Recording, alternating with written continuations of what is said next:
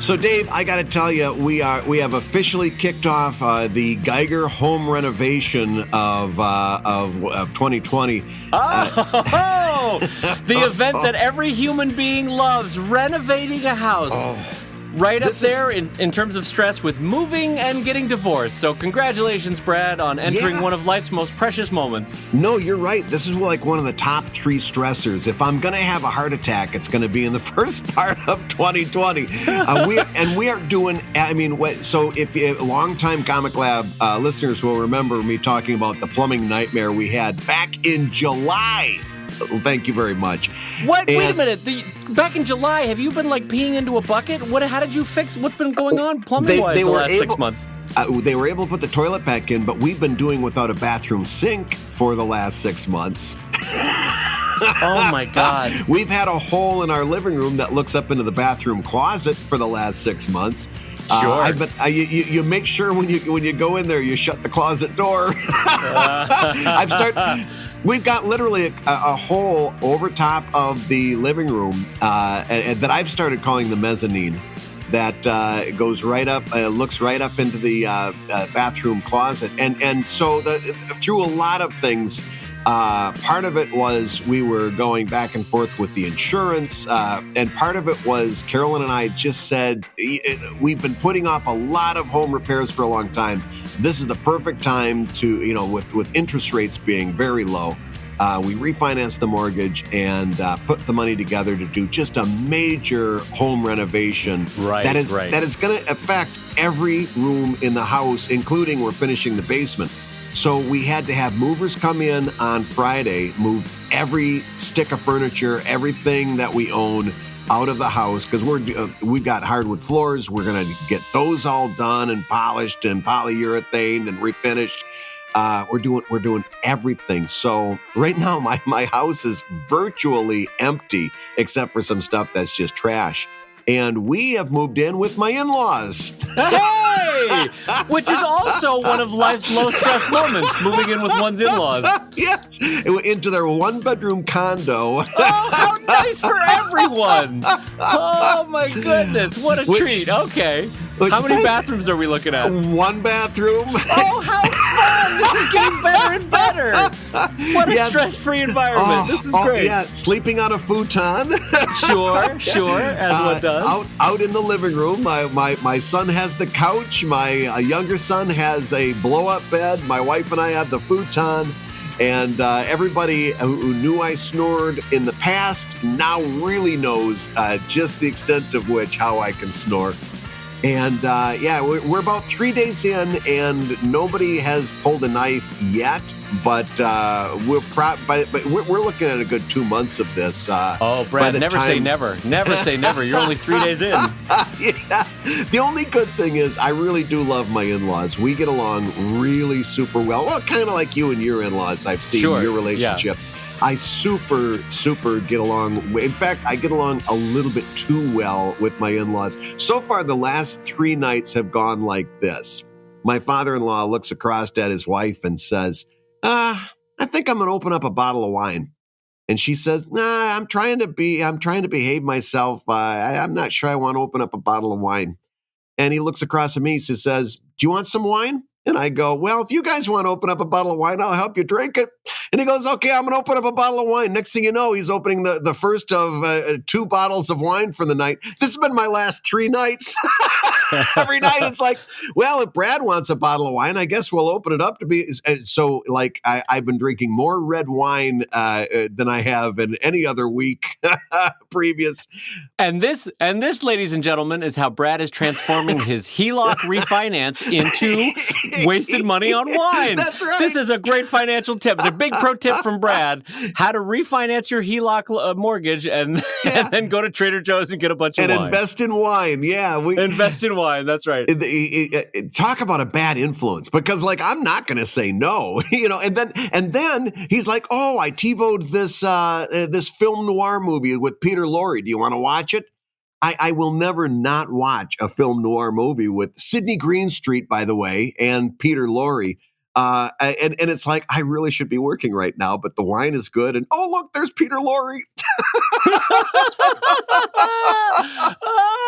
What's good? You're going to come out of the home remodel with an extra 20 pounds of wine weight on you. Yeah, That's great. Yeah. and an encyclopedic knowledge of film noir. It's going to be, and as we're packing things up into boxes, we'll have to have one more box to pack my liver. That is how sweet, though. What a nice bonding moment between a father-in-law and a son-in-law that you have. I mean, there is, like, as you remember, we also moved into my in-laws' one-bedroom condo when we were redoing our house to sell it. And I think, I don't know if I told you this, by hook or by crook, in the 70s, they were one of the families that like got semi-conned into buying basically an off-brand grand piano. You know how in the 70s that was like a big status thing? Yeah. Get your own grand piano, that kind of thing. But it's off-brand. It was like built, but somebody outside of Tuscaloosa. It's just a terrible, it's not like, some gorgeous, anyway. But they refused to get rid of it, even though nobody in the family is still playing it. Anyway. Because it was a one-bedroom condo, we could only fit the cot so many places. So I had to half sleep under the baby grand piano. And it kicked in my anxiety where every night I would fall asleep going, well, this is how I die. That piano is 1,000% falling on me. Yeah, what a great way for a cartoonist to die, though. Have a piano drop on his head. It's right out of the Keystone Cops. How did he go? Well, an off-brand 1970 grand piano fell on his head. Yep, that seems about right. That seems like how Dave Kellett should have died. Yeah, that's... But you've been anxiety-free through this process, though, I imagine. You've been calm. It's odd you mention nighttime anxiety. So last night at 3 o'clock in the morning, my brain kicks into gear, wakes me up out of a dead sleep and says, we've got a bunch of stuff out on the front porch waiting for the trash day, which is tomorrow. And it's like bed frames and, there's sacks and sacks and sacks of stuff that's got to be taken out. And anybody driving by clearly knows that there's something going on with this house. And I'm like, oh, you know what? With all that trash on your porch, somebody's probably breaking into the house right now because they know it's empty. They're breaking in. They're breaking in right now. They're breaking in right now. They're doing it right now. They're breaking in with that hammer. Yeah, they're getting in there. And I didn't get, from that point on, I didn't get a wink of sleep. I didn't get a wink. And I wait. Finally, at 6 o'clock, I stumble out of bed. It's like, well, okay, it ain't happening now, and it's time to get ready and get the kids pointed in the right direction for school. I usually drive them into school. Get breakfast, brew a pot of coffee. And I start thinking, geez, why do I feel so bad? Oh, yeah, it's because my brain told me that there was people breaking into my house. And I think about it and I'm like, well, that's the dumbest thing to be worried about in the world. Okay, now, Dave, if somebody breaks into my house tonight, what could they possibly do? Do you think maybe they could knock down a few walls? Well, I'm paying somebody to do that. Brad, there's some prime wall plaster from the Madison administration in your downstairs hallway that they could steal. There's a good 150-year-old wall plaster. You don't want them to steal that, Brad. That's prime dust. You can't let them walk in and just take that dust. No, and not only that, Dave, but like anything of value is in a truck someplace where, by the way, my brain is going to tell me tomorrow night that there's an equal chance of somebody breaking into that. But then they got to find it. And I guarantee you, I won't be able to find anything of value when it comes time to unpacking, because by the end we were just throwing stuff into boxes because the clock was ticking. But no, there's nothing they could do. There's nothing they could take. There's nothing they could destroy. Right now, my bathroom looks like a bomb exploded on it. It's down to the studs. And so it's just right now I am in total upheaval and anxious about the dumbest things. Oh, sure. Well, Brad, this is such an upheaval. I mean, there's a reason why this is always ranked with like divorce and a death in the family as one of the most stressful things. Because like everything that's foundationally yours in your life, your touchstone that when you're tired you go to, when you need food you go to, all of that has been literally ripped open in front of your eyes. And just the thought of like, okay, I wanted to put Tabasco sauce on my eggs this morning, like I do every morning. I got to find it now. Because, I'm in my mother-in-law's kitchen. She's got a completely different place for Tabasco sauce than where I put it. Just those little things, those little routine things. I couldn't find my shoes for the life. It's a 1-bedroom condo. There's only so many places you could put a pair of shoes. Couldn't find my shoes they were over by the wine bottles, oddly enough. But gosh, I wonder what the transaction was there. How could the shoes have ended up by the wine bottle, I wonder? How could we have traced that back? That just hit me. That's exactly where they were. Oh, God. How could that have happened? But I'm going on. But just those little routine things that throw you. Nothing is where it's supposed to be because right now it's all in a truck, and it's just, I'm going to be very fidgety for the next, hopefully the next 8 weeks. I'm hoping they'll be done by the end of January. But you know how it is with contractors. Right now, everything's going boom, boom, boom because it's all about tearing stuff down. Pretty soon, they're going to be bringing electricians in and plumbers, and this guy can't make it on this day, and that lady can't make it on that day, and I'm looking forward to when it's all done because when it's done, it's going to be fantastic. It's going to be we're putting a wall out into the kitchen. There's going to be all kinds of more light. Those hardwood floors are going to be shiny for the first time in 15 years. The kids' rooms are going to be finished. We're going to have that extra bathroom downstairs, finished basement. I'm really looking forward to being done, but this next 8 weeks, you're going to have to bear with me. I'm not going to make a lot of sense. As these episodes go on, I'm going to be making less and less sense. Okay, I'm going to do a flash forward to Brad 10 weeks from now. Yeah. You don't even know me. I been having some wine with my father-in-law. You don't know my life. Don't judge me. Don't you judge me for what I'm doing. Where are my shoes? Oh, you threw a little Foster Brooks in there. God. On that note, I'm going to say hello, everybody, and welcome to ComicLab, the show about making comics. And making a living from comics. I'm Brad Geiger, editor of webcomics.com and cartoonist of Evil Inc. And I'm his friend Dave Kellett, currently sleeping in his own bed in his own house, and cartoonist of Drive and Sheldon, and co-director of Strip. And this week's Hour of Comics Advice is made possible by your support at patreon.com/ComicLab. So, Dave, let's talk comics. Let's talk comics, my friend. We got our first question to jump right into, and so I'm going to throw it at you. This comes in from John Nix, and it says, "Hi, Brad and Dave. I wanted to ask about hand lettering. Dave, I remember you talking about it during the Webcomics Weekly days, and it always stuck with me since. I know you do it for Sheldon, and it's something that I am trying to do myself for a strip that I'm currently hand drawing and lettering in the traditional sense with pen and ink. I found that I don't like my lettering for this, and I was thinking of just doing the drawing and then do the word balloons and voice bubbles digitally. My test audience so far hasn't been able to tell the difference as I've tried both styles. So, to my question, could you recommend a resource for developing my hand lettering, or is it even worth it as my audience so far hasn't been able to tell the difference?" Brad Geiger, even though this kind of question leans towards me, I'm going to turn it over to you first since I read it. Hand lettering, what are your thoughts about this? If someone has tried it, liked it, but found that it's a limiting process for them. I guess I shouldn't liked it as a little strong. Because they actually said, I don't like my lettering for this. What would be your recommendation? If they themselves don't like it, if they like the process of digital lettering and their audience hasn't noticed or said anything rather, what would you recommend, Brad Geiger? John, I would recommend you pick a freaking side. And I'm really upset with you, and I'm going to tell you why. I'm going to read this sentence out back to you, okay? And then do the word balloons/voice bubbles. Now listen, you're either on team word balloon or you're on team voice bubble, and you can't sit the fence like this. And frankly, Brad? Brad, I listen, on this, I will draw the line and say, no father, like Captain Picard. I will say, that was my shitty Captain Picard. Boy, that was really bad. It wasn't great. No. I appreciate that every once in a while we can both pause and go, well, that voice was terrible.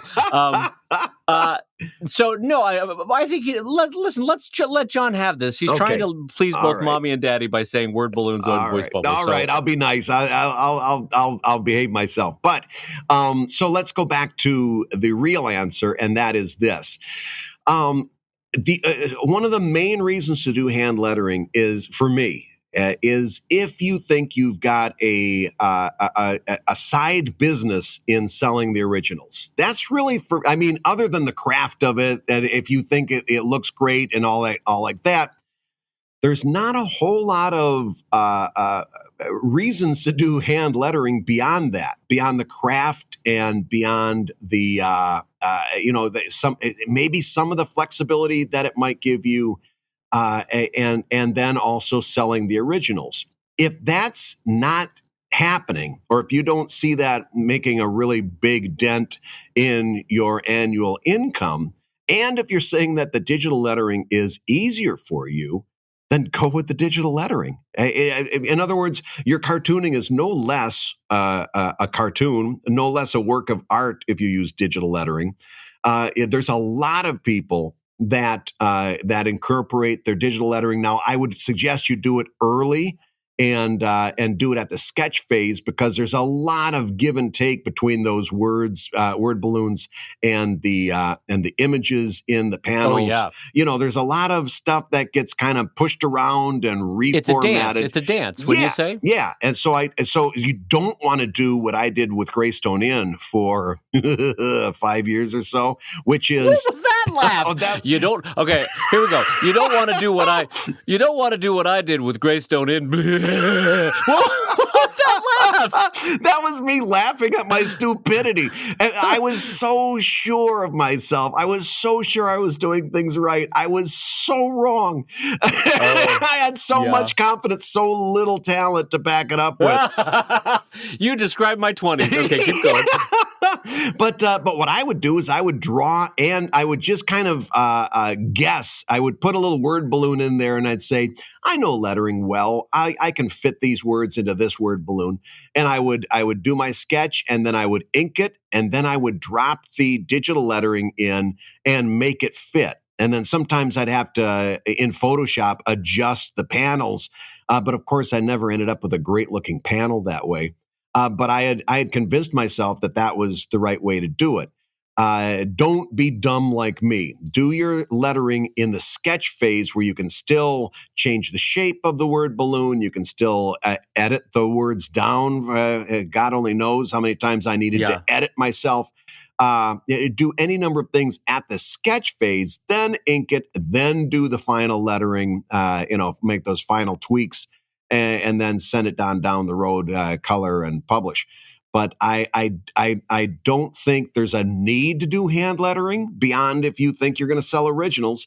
And I think if you do it right, if you do it well, your final product will look just fine. What do you think, Dave? I have a lot of thoughts on this. So I'm going to start from the most basic answer for John's benefit, which is if John finds it more pleasurable and more efficient and or just better to do digital lettering, and he finds so far in his tests that his audience hasn't responded poorly or hasn't responded at all, then frankly, go with God. Go that route. Like that answers itself right there. Like that's your answer. But then I have a couple larger, bigger picture answers to this question. One is that if done right, hand lettering can be one of the best parts of comics. And I say this as someone who digitally letters Drive, but good hand lettering is a unique and wonderful art. And when it's done, it adds so much to a comic, when it's done right, rather. Yeah. And I think, I believe I'm quoting this correctly, that Scott Kurtz said this once to me, and it really stuck with me, that hand lettering is almost like another character in the comic. It's the mood. It's a visual tone. It lets you know how to read it. It gives you the sense of how the comic feels about itself.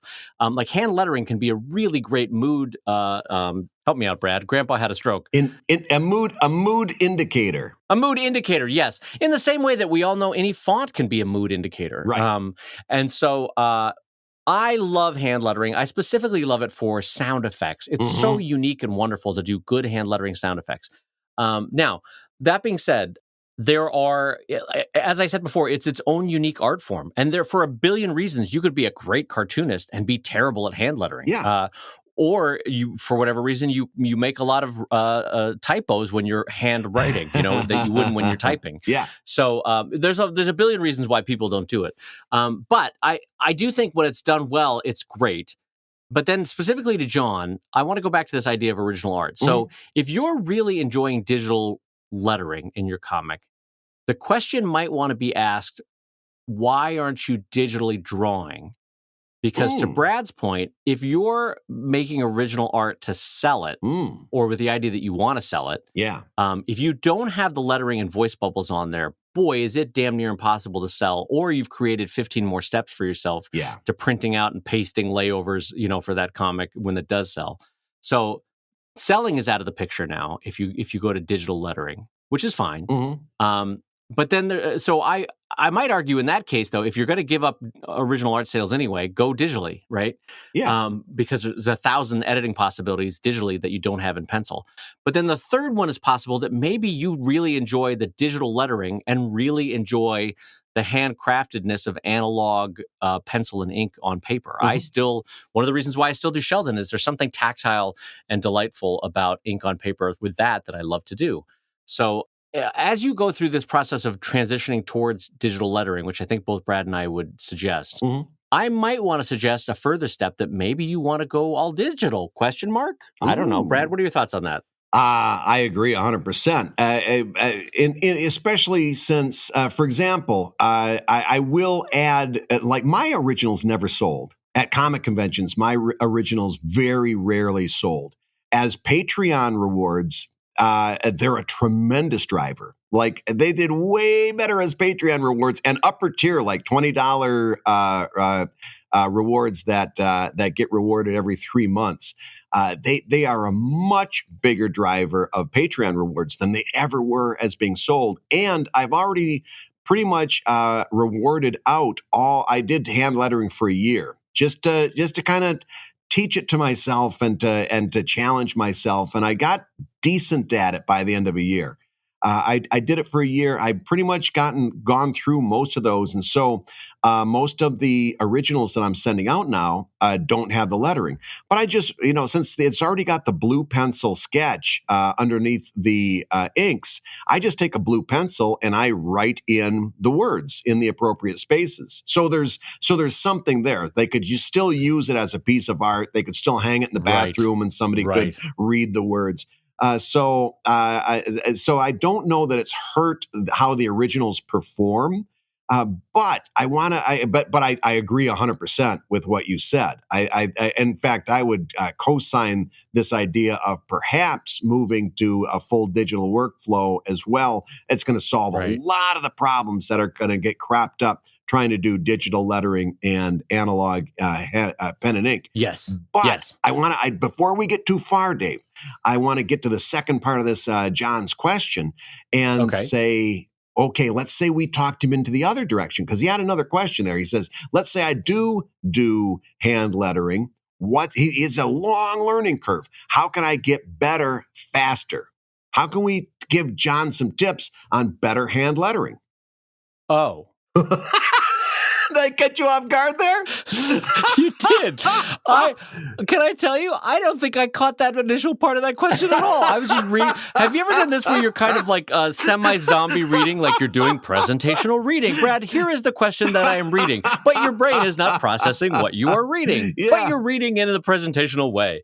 You know what you need, Dave? You know what you need? A little bit more red wine. That'll bring you right up to speed. I just need some film noir in the background. That's right. That's right. And to leave my shoes under a piano. So, okay. So, a couple of tips on hand lettering. I will say that there's some basics of lettering that you can pick up very quickly, which is to understand that by hook or by crook, the human eye reads all caps the best. Yeah. So I would put a full stop on that one. Go all caps. A lot of people like to be clever and cute and do sentence caps or a mix. It just doesn't work. Go all caps. Well, not only that, but if you're going all cap, if you're going upper and lower case in hand lettering, now you've got to measure out the ascenders and descenders, and you're going to have descenders that crash into your ascenders. You're making it 100 times exponentially more difficult if you're hand lettering in upper and lower. Along with the readability, the reason that they did comics in all caps back in the day when everything was hand lettered was because it made things infinitely simpler. You've only got to do a few guidelines and then boom, you're off to the races. You do upper and lower, now you got to figure out A centers and D centers, and it's way more complicated. Yeah. Oh, yeah. So, and then also, one of the key hallmarks of lettering is unless it's part of the mood of your strip, slow down. Yes. You're not writing a grocery list for yourself. It's important to get these lines right because these lines really mean something. An H can't be very similar to an R, and an M can't be similar to an N. Slow down, do it right. Make a clear ascender, descender. Make a clear. And by the way, an ascender and a descender, for those that don't know, is on any letter form. If let's say we're talking about a lowercase d, the ascender is the line on the right side of the D that goes up, right? And if we have a lowercase p, the descender is the line on the left that shoots down, right? That just gives you an idea of like how you work with your letting and your kerning because you want there to be enough space for your ascenders and descenders on your letter forms, right? But to the point of kerning and letting, you don't want to have things crowded up. I think people err too far one way or the other. They have their kerning space too far in their handwriting, or they have their kerning way too tight, and everything feels cramped and stressful, frankly. Yeah. And when you have kerning set too wide, you feel kind of like, hey, we're going down to the store. Because something about really wide kerning just feels like a slow guy that got kicked by a mule, you know? Yeah. But when you have too tight kerning, it feels like life is stress-filled and, oh, God, it's so hard to get through. And your brain feels that as it's trying to read it. Yeah. So you want to have a natural and what I think I would recommend is look at people that you admiring their lettering. Look at comics that you admire their lettering. Lynn Johnson, great lettering. Bill Watterson, great lettering. Maybe what I would suggest is photocopy or just take into Photoshop and blow up to the ratio of your comic, how you are going to draw what a single panel of one of theirs, and then see how they space their letting and their kerning, because that'll help you determine what is a comfortable height and logo form and letter form for your hand lettering. Brad, what are you thinking? I think that's excellent advice. And I'll just throw in this. If you are trying to do hand lettering, you need to know about something called an Ames lettering guide. That's AMES. It's something you can buy for $5 just about anywhere. Any art supply store, Amazon has them. And what it is, it's a special tool for drawing out the guidelines for lettering. And it just so happens, I'm going to assume that most of the people listening to the show just recently came to the show and to Patreon through our Thanksgiving special offer. One of the things that you got for your Thanksgiving special offer was a free download of the Webcomics Handbook. And one of the things that is in that is a complete guide, step by step, to using the Ames lettering guide correctly. And it's super easy to follow. Once you, it's like 2 pages. Once you get through that guide, that tutorial, you'll know how to use an Ames guide like a whiz. And if you are not using an Ames lettering guide for your lettering, I guarantee you there are very few things I can guarantee beyond a shadow of a doubt. There are very few. I can guarantee with a capital G that once you switch to an Ames lettering guide and learn how to use that tool properly, your stuff will look 10 times more professional overnight. You'll have readers that have been following your stuff for a long time saying, oh, there's something different about this comic. It looks so much better, but I can't tell. I don't know what it is. I can't put my finger on it. You will be overnight 10 times better than you were before you were using the Ames. I can guarantee it. So here's a fun fact about Dave Kellett. Brad, how would you rate my hand lettering on a scale of 1 to 10? Just out of curiosity. Are you going to tell me you don't? You know what? Okay, I would rate it out of 10. There are very few people who hand letter as well as you. Really? Okay, I would have put myself at like a 7 or an 8. But okay, so I like your lettering. I'll take the inflated compliment. But anyway, okay, so here's a fun fact. I have never in my life even touched an Ames lettering guide. You're going to kill me. But okay, but you do have a secret weapon. What's the secret weapon? Your template.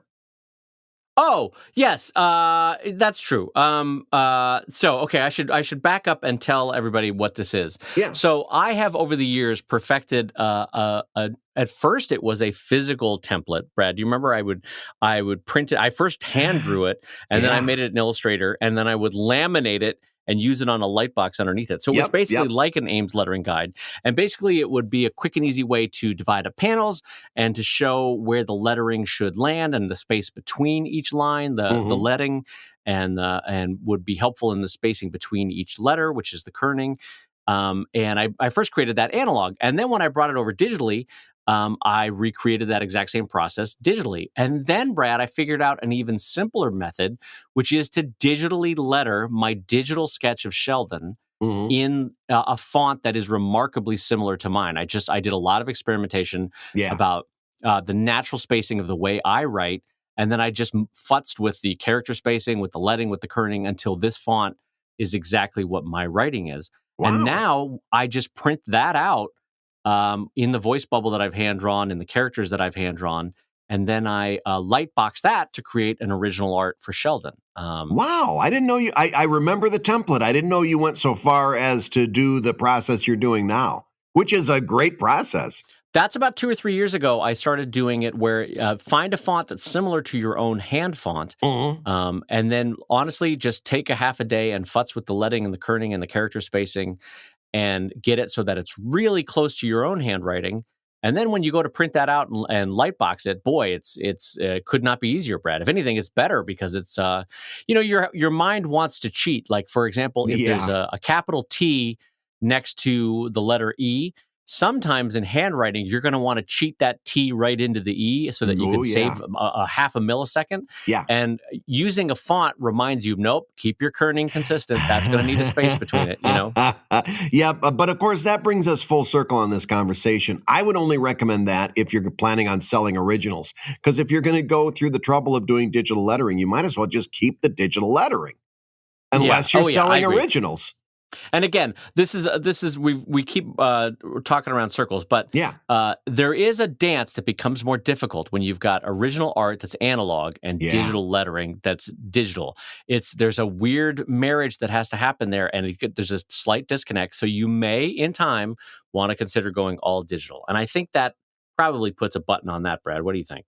The bottom line is there is no one size fits all answer to this. There's going to be 150 answers for 150 cartoonists. That's right. Well, let me jump us into our next question, Brad. This comes in from Curious Borg, and I'm going to pay attention to what I'm reading on this question. So here we go. So Dave and Brad, since we know Dave wants to be in sci-fi, I'm never going to live that down, and Brad loves superheroes, just for fun, could we hear Brad pitch a sci-fi comic idea for a story he thinks would be cool, and Dave pitch a superhero story idea, even if you probably will never get around to this project, just as a fun exercise? So, Brad, what do you think? Do you want to try to pitch half-formed sci-fi ideas? And I should back up for a second and explain that to folks that listen to the podcast but haven't yet joined us on Patreon. One of the things that we do from time to time on Patreon in the exclusive podcast that we give to patrons is we do a thing called Writer's Room, where Brad and I will literally pitch out concepts, jokes, lines, storylines to one another to see what sticks, see what works, and then we punch it up with one another. And frankly, it's one of the more fun things we do. It's very nebulous and it's perambulating, but it's very fun to do. Yeah. So this would be a public version of Writer's Room. So Brad, what do you got for me, sci-fi one, or do you want me to do my superhero one first? You go first. You go first. Okay. Well, this question is coming in at a fun time because as I was falling asleep the other day, maybe not last night, but maybe 3 or 4 days ago, I had an idea for a superhero a superhero story that is kind of an anti-hero story, and you'll see why in a minute. But it would be a limited series because I don't think you could carry it through, for 40 years. But it ain't no Iron Man. Anyway, so the superhero in this case, their superpower, and it can be man and woman, doesn't matter, their superpower is that they can communicate with themselves in the past. Oh. Or Rather, another way of looking at it is they in the present can receive messages from them in the future. So, Brad, if someone it comes up from behind them and is throwing a punch at their head, they will suddenly get a message in their head that says duck, right? Really? So, okay, so I don't know how this. I was kind of doing some hand waving about like, well, go ahead. You can make fun of it in a minute. I want to tell you how this story is going to play out. So, I was thinking about it. It would be fun to say that they've got the superpower because their parents were scientists that were working with like quantum entanglement, and somehow their reproductive organs got wrapped up in time or something. I don't know. Like I could come up with some bullshit reason as to why this person can talk to themselves in time. But, what are you doing in the bathroom? I'm sorry, my reproductive organs got wrapped up in time. I'm quantum entangling. Don't come in. So no, but it doesn't matter. Like I'll figure out some hand wavy reason why they can talk to themselves through time. But so he or she has a superpower because no one can really attack them. No one can get to them. So they could find the perfect time to break into the CIA to get whatever message is on a piece of paper because they would know exactly when the guard is going to turn away. All this sort of stuff, right? It's a very high concept but real world superpower in the sense that they're not flying; they're just moving through their day in a better way. But here's what we would come to find in the limited series is that he or she is talking to themselves in the past, saying, "Go down this pathway, take that train, dodge that punch, whatever it is." Right? But what we come to find out is that they are slowly going insane because all their actions are rippling out into a multiverse, right? So if I eat the sandwich or don't eat the sandwich, that creates two different timelines, right? Right. And so what's happening is she's getting messages or he's getting messages from multiple versions of themselves, all starting to say different things to them. Right. The more they use their power, the more they're getting split offs of multiverses. Yeah. And some of them are accurate and some of them are inaccurate. Right. And so she or he has got to become better and better and better about determining what these messages are from the future, which one's right. Like, okay, there's 10 versions of me saying dodge the punch, but there's one version of me saying sweep the legs, right? Yeah, or something like that. And so which one is right? And so it starts to go awry because he starts to misguess which future version to listen to. But the 10 voices become 100 voices, become 1,000 voices. So over the course of the series, he or she is also becoming insane because they are literally drowning in a psychosis of all these different voices talking to them. Of multiple voices. Right. And so the way the story would end is she has to use her superpower, or he, one last time to go way back to the beginning and say, don't go down this path. Don't develop this superpower.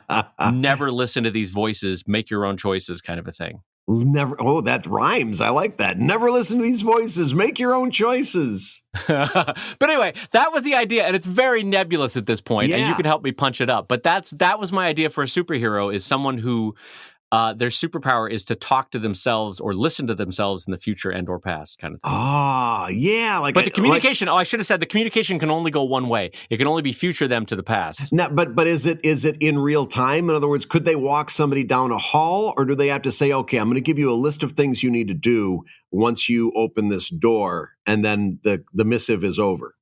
No, I think to make it more fun, it has to be concentrated data packets. You know what I mean? Like she would have to concentrate to send something back in time. So you wouldn't constantly be like, hey, Brad, lift your arm, move your hand. You would be like, Brad, tomorrow, make sure you get on that bus or whatever it is. That kind of thing. And that could be a fun part of the storytelling, is that the story would start by getting this message that seems to make no sense at all. Hey, past me, when you see the bumblebee, make sure you tickle the elbow. And it's like, what does this mean? But then, of course, the story would unfold, and then there would become a moment where it would all become clear, and it would be almost like a storytelling gimmick, because you'd be going through the entire story wondering what that meant. Right. In fact, you know what? Now that I'm saying this out loud, there's probably more power to the story if the messages are limited. If it's like hard to send a message back. Yeah. Yeah. And it's got to be. It's going to be strange, because you've got to get a whole lot of meaning into a few words, and so you've got to kind of almost make it into a code. Right. And so it becomes like one of those tweets from back when it was 140 characters where you were squeezing a lot into a very small message, that kind of thing. Yeah. So anyway, that's how would you punch that up, just out of curiosity? You've already helped it by making it so that it's more limited in how often they can communicate to themselves. Yeah, and I think the idea of this person being a superhero in name only is good too. In other words, he doesn't have a cape, he doesn't have boots. This person is just somebody that is living a life, right? And finds themselves in supernatural situations, I guess. But I don't know that you give him a name like schizophrenic or something like that. I think he's just, Joe tomorrow, and out he goes, Right, like it's more akin to the M. Night Shyamalan movie of Unbreakable, where it's Joe Schmo, but you see them becoming a superhero in small but critical ways, know? Yep. Yeah, I like that. I like that a lot. So I don't have a title. What title would you? I haven't even thought of titles. What would you use the word time? Well, see, I'm veering towards schizo because he's got a bunch of voices in his head. I'm going that direction. That like he's got voices in his head, and they get worse and worse and worse. Right. And the obvious writing play that you would do here is you play off the fact that you're not 100% sure if he's not just schizo or if he's actually talking to himself or she's talking to herself in the past. Like could these voices just be a schizophrenia? Could it be a psychosis? Could it be and so that could be a fun thing to play to, is in the same way that you're not sure, like the Joker half the time, if he's completely making it up or if it is all this master plan or, that kind of thing. Yeah. It would be fun to play with that as a character where she's not sure if she's losing her mind or if this is actually future her talking to her. And that gives you the chance to bring in a therapist who might actually turn into an unwilling sidekick. In other words, they're talking to the therapist, and the therapist is convinced that they've got a mental problem, except is slowly becoming convinced as things unfold that it's not the case, and it might even get roped into helping every now and again. That's funny because that literally becomes the man in the chair. What's that? You know that old superhero trope of the guy, the Alfred who helps Batman. Alfred's the man in the chair. Master Wayne, there's two men approaching on the roof. The heat drone is telling me there's two men. Right, thanks, Alfred. Whatever it is. So the therapist could be the man in the chair, going, well, the reason why you have to touch your elbow in the bumblebee, that must be some kind of symbol of a person you're going to meet, or that kind of thing. Yeah. Like they're trying to work through what the messages are. Anyway, so that's my idea for a superhero comic. What is your idea or pitch for a sci-fi comic? I got to be honest with you. I saw this question come through the message system, and that my first, and I still kind of feel this way, is I don't want to pitch. I don't want to go through all the trouble of putting an energy and thought into a pitch for something I'm never going to do, and don't have any have any thought of doing. But I thought, well, that's kind of a party pooper answer. So I do have. It's not a pitch. But if I've often kind of thought as Evil Inc. Evil Inc. is starting to come towards, I don't want to say a conclusion, but it's going to come towards a place at which it's going to be very logical to start bringing things to a close. Then I thought, well, let's say I did that. What would I want to do next? And I really do have kind of a yearning to do a space opera type of story, kind of like my version of Star Trek. And I do have a space pirate who is, but she pretty much came in and is almost exclusively now part of the After Dark universe. So she is in charge of a ship full of pirates, and they board other ships and take their goods and so on and so forth. But I like the idea of giving that crew kind of kind of having them stumble into a situation where they have to now follow a quest and see how. And the other idea is, of course, they're all different aliens, like Star Trek, but even more so because each one of them is a different alien, different creature. so they have to also work together and so forth. And that's I know that's very, very loose, but if I were to do something, I think I would take that space pirate concept and then run with it. Yeah, I like that. Pirates as a concept. You know how there's certain concepts that always work, like courtroom drama always works, hospital drama always works, cop drama always works. Pirates as a drama is fun because it's a shared group of outlaws that are, it's gunslinging but on the high seas, or it's a version of a samurai story but on the high seas, and that's fun. Yeah. I think that would be a delight to see from you. I would love to see. I've seen your interiors of spaceships. Have you ever drawn spaceship designs? No, I'm really bad at it. I'm really like that. That's something that I would have to find a solution for, because it is really not my core competency to do that kind of design. In fact, right now the design of the spaceship that they're on is basically a traditional pirate ship, except I've turned the sails into like solar panels. It really does not work. I'd have to work with somebody to help me get pointed in the right direction, because it's something I'm really terrible at. Well, this is something that you could hire a concept artist like Jeff Zugal or Jake Parker or somebody to help you out with. But as a friend, I can tell you the one little shorthand trick that I've learned with Drive, and this might be useful to people too. I think I mentioned it on a past pro tip, is when you're designing a spaceship, you can find a weird real world object like the main motor mechanism for a dishwasher, right? In like an exploded view of a dishwasher. Separate that out, add some wings and a nacelle onto it, and bada boom, you got a spaceship. I once had a spaceship for Drive where I found a Russian jet-powered train, like literally had jets on it. Yeah. I isolated out the engine, flipped it upside down, removed 5 or 6 key parts, added 3 or 4 key parts, and I was like, "Oh, you take the basic outline of a shape that existed in the real world and you turn it into a spaceship." And it's a fun way to do it. That's such a great idea. Yeah, I love that. And the more random the piece that you can find, like it's a weird lug nut to a laser assembly that only the Navy uses, and you turn that into a space station. That's fun. That's a fun way to do it. Yeah, and I like the idea of taking the aliens and having them each have their own unique properties. The thing I remember Chris Straub's Starslip Crisis, and the thing that he had that one character that was basically a kind of like a praying mantis type shape. And, but it could always secrete different chemicals out of its mouth depending on what was needed. And I always thought that was such a great hook. We need an anti deodorant. Well, I can secrete that. He was out. Besides, secrete is such a great word. But I always loved that, and I thought there's lots of open-ended things you can do with that idea as well.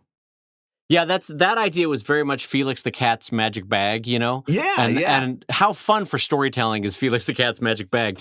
But also, what's nice about having an all-alien crew or a varied alien crew I found with Drive is that kind of, but not really, but kind of, you are kind of telling a superhero story, and that it's a little bit like the X-Men, and that everybody brings their own unique je ne sais quoi to the story, Exactly. And so it maybe not superpowers, but one alien is very strong. One alien can fit through tight spaces. One alien is very smart with machines, And so like it's a little bit kind of the X-Men, but not really, but a little bit kind of the X-Men, And so that's kind of fun. And the other thing I like about it is that Star Trek idea of all of these aliens are actually stand in for how different cultures have to get along together. People who have different backgrounds have to get along together and cooperate.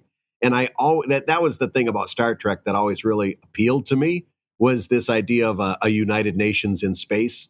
And that's something I think that has a lot of writing legs to it as well. Well, I'm excited for this to move forward in your life. I'm excited to see what you'll create in the years ahead. That's cool. Thank you for sharing that. Oh, thank you. And I feel the same way about yours. You don't, but I appreciate you saying that publicly. I do. I really do. Hey, if you're listening while you work, take a minute to stand and stretch.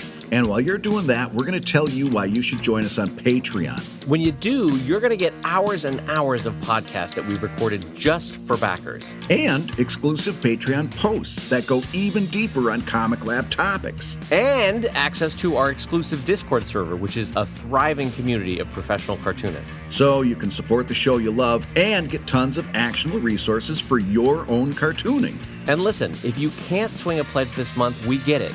No worries. Yeah, listen, you can still support the show by rating us wherever you get your podcasts. Just leave a 5-star review and a few kind words. That, along with mentions on social media, is incredibly helpful. Now, everybody, let's talk comics. So, Dave, I've got one more question on our list for today. You think you want to tackle it? Let's tackle it, my friend.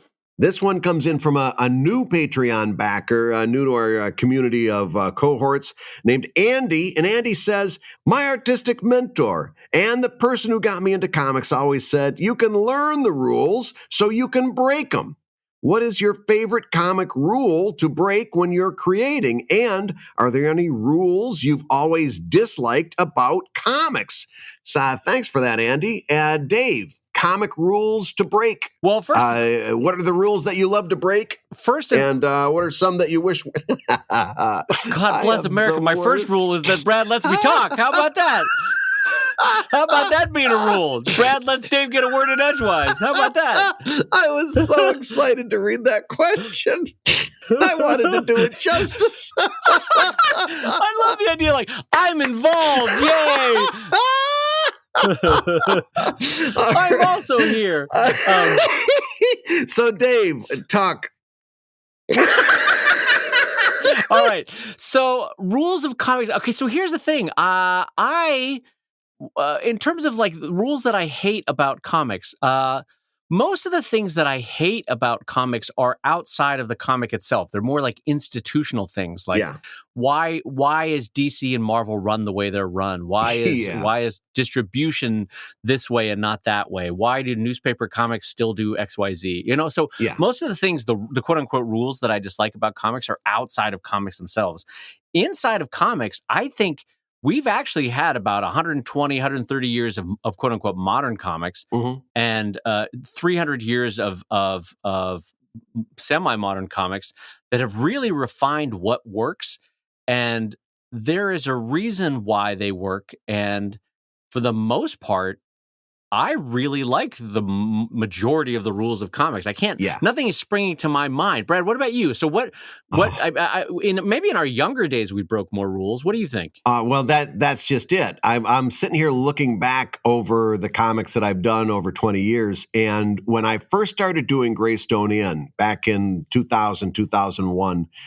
When I first started doing that, I delighted in breaking all of the rules. I thought I was very, very advanced. I thought I was very clever, and I had learned all the rules. And then using this very axiom, I had learned the rules so that I could break them. And I delighted in breaking rules left and right. I was breaking every rule that I could find. And when I look back at that stuff with a little bit clearer head and look at my old stuff, I think to myself, you really should have been following more rules there. Maybe a rule or two would have helped. A couple of rules would have done me a great service. In fact, I kind of side with you. Those rules in comics are there for a reason. Rules like gutters, right? Everybody loves, I'm not going to do gutters. I'm going to just draw lines. And you can do that. You can do something that doesn't use a traditional gutter, but you've got to be so careful with your background so you don't have a line that goes vertically from top to bottom and mistakenly becomes another gutter, that it's not worth it to me. It's easier for me just to have gutters. Why would I want to? Well, they've solved the problems of going from panel to panel. It's called a gutter. And why would I want to try it and go backwards from that? It's a good rule and it works, you know? So I so many rules that I went back and decided I was going to break, and so many rules that really were there, like you said, over 120 some years of trial and error, we've come up with these rules that say certain things. This is how you do a comic. And to try to reinvent the wheel just for the sake of being different, here's the bottom line for me, what it comes right down to. When I look at young Brad, I say, you know what? You had a lot of creativity there. Instead of trying to use that creativity in breaking the rules, you should have put that creativity into spending a little more time on your punchline, maybe taking a little bit more time practicing things like perspective. And that's a great use of your creativity. But in terms of reinventing the gutter, nobody cares. No, all they want to do is be able to read the comic from start to finish. Yeah, so take that creativity and use it put it into the punchline for once. Yeah, that's what I would say to young Brad Geiger. I like the idea that you are wearing a black a beret and a black turtleneck, and you're holding a cigarette backwards, and you're working in Andy Warhol's factory, and you're going, "I'm reinventing the gutter. The gutter's being reinvented. It's the new Brad Geiger gutter system. People are going to love it. Oh, they're going to love it." Oh, but I'm convinced people hate gutters. That's the reason comics haven't really taken off, is from gutters. So I'm just going to slap everything into one horizontal shape and let them all sort it out. There's a reason that stuff works. Following on with our discussion about leading and kerning from earlier in the discussion, there's a reason why gutters exist as a visual denominator for the eye. Yeah. There's a reason why bubbles are now free floating a third of the distance up from the character's head versus what they did in 1740 with Hogarth and Gilray, where they would literally have the voice bubble trailing down and touching the character's lips. And then eventually somebody realized, that's creepy as hell. Why are we drawing it that way? It looks like someone with their soul is leaving their body. And then they figured out, because if you read those old Gilray comics from the 1760s or 1780s, whatever he was working, also, his lettering didn't necessarily follow a horizontal plane.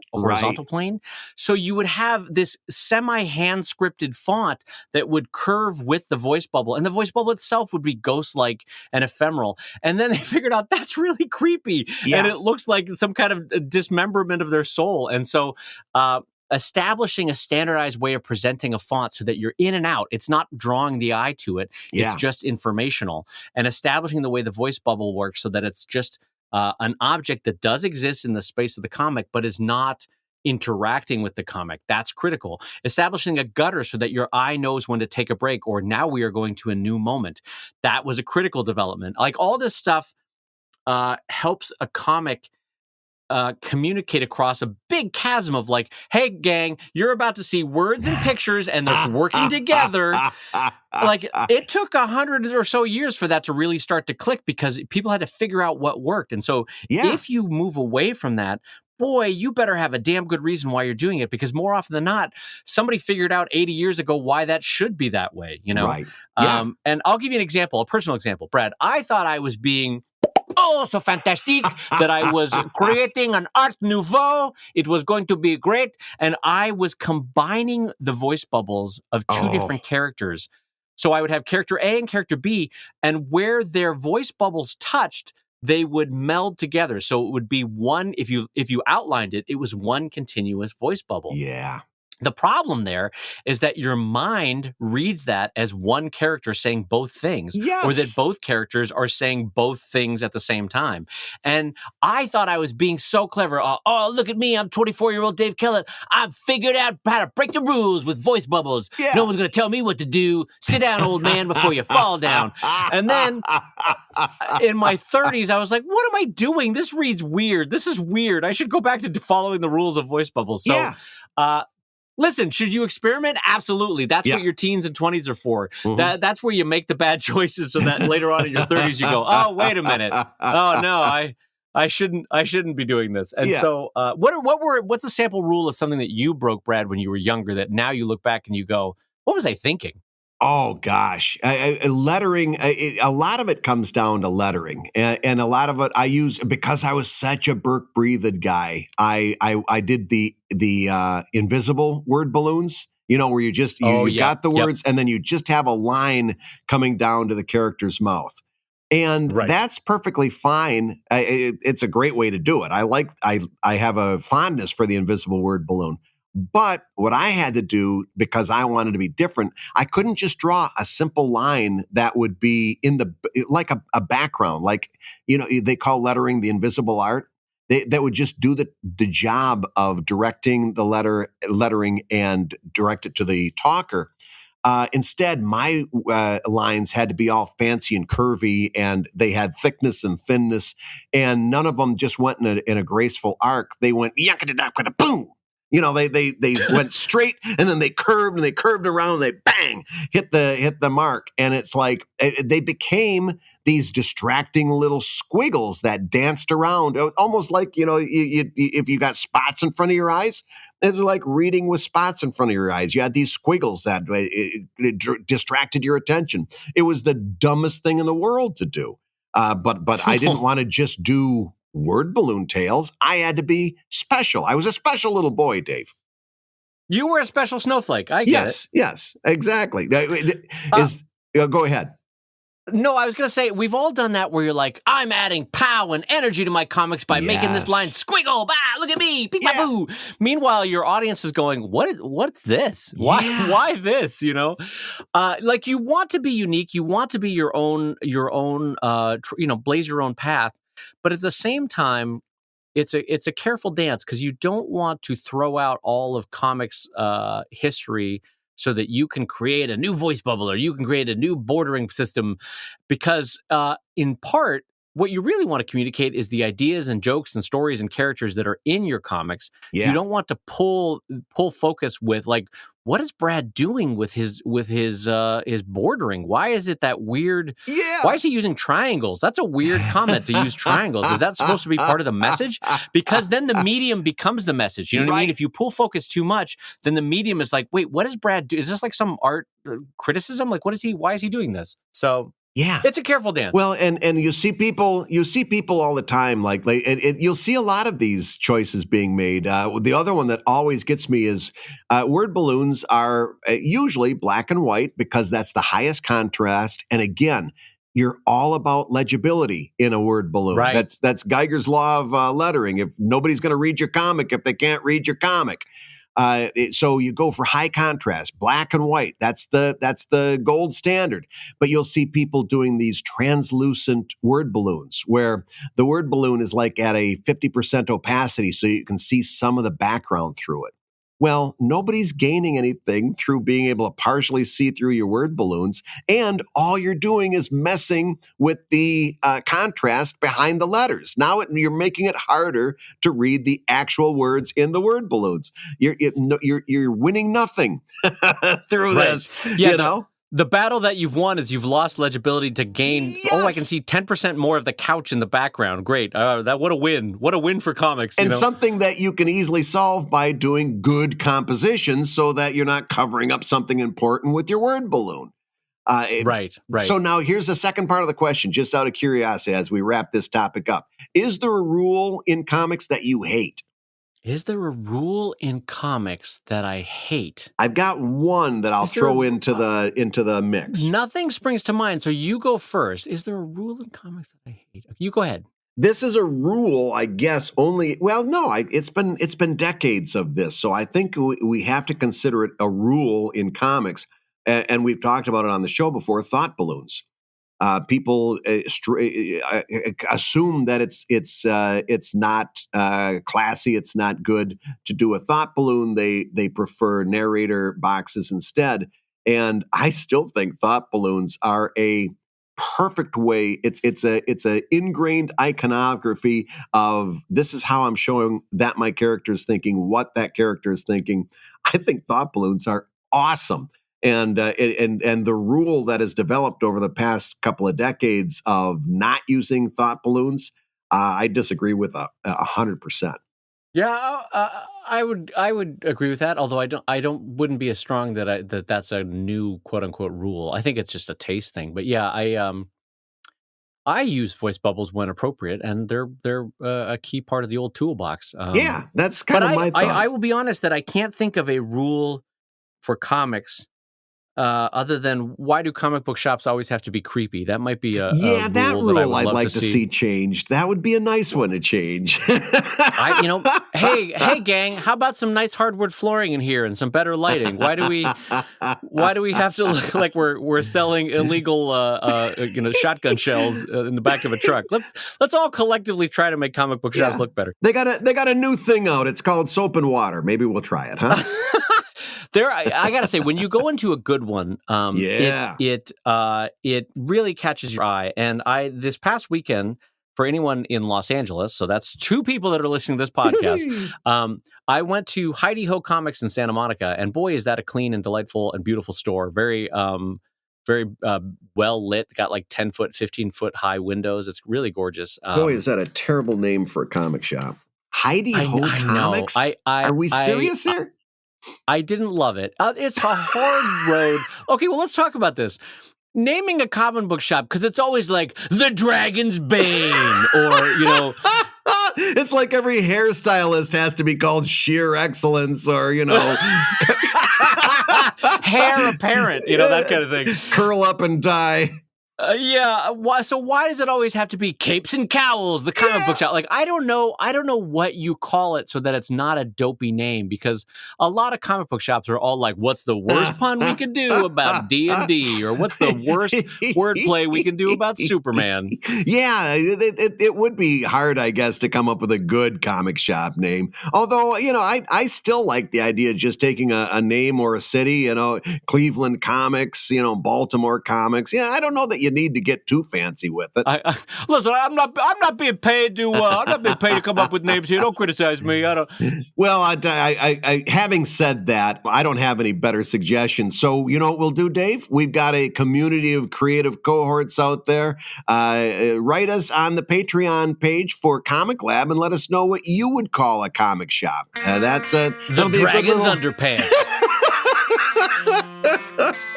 Ooh, Dragon's Underpants is that one's got me a lot to think about. But as we're thinking about the Wizard's Whistle. Now you've gone too far. The Wizard's Whistle is the place next door, and usually it opens up shortly after 10 p.m. You've been listening to Comic Lab, the show about making comics and making a living from comics. Your hosts have been Brad Geiger, the host of Wizard's Whistle and the editor of webcomics.com and cartoonist of Evil Inc. at evil-comic.com. And the Ogre's favorite, Dave Kellett, co-director of Stripped and cartoonist of Sheldon at sheldoncomics.com and Drive at drivecomic.com. And the Comic Lab theme song is used with permission from Andy Creighton at theworldrecord.net. And this episode was edited by Matt Woodard of Woodsong Productions over at www.woodsong.media. Comic Lab is made possible by your support on patreon.com/comiclab. So we're going to go ahead and say that twice. Patreon.com/comiclab.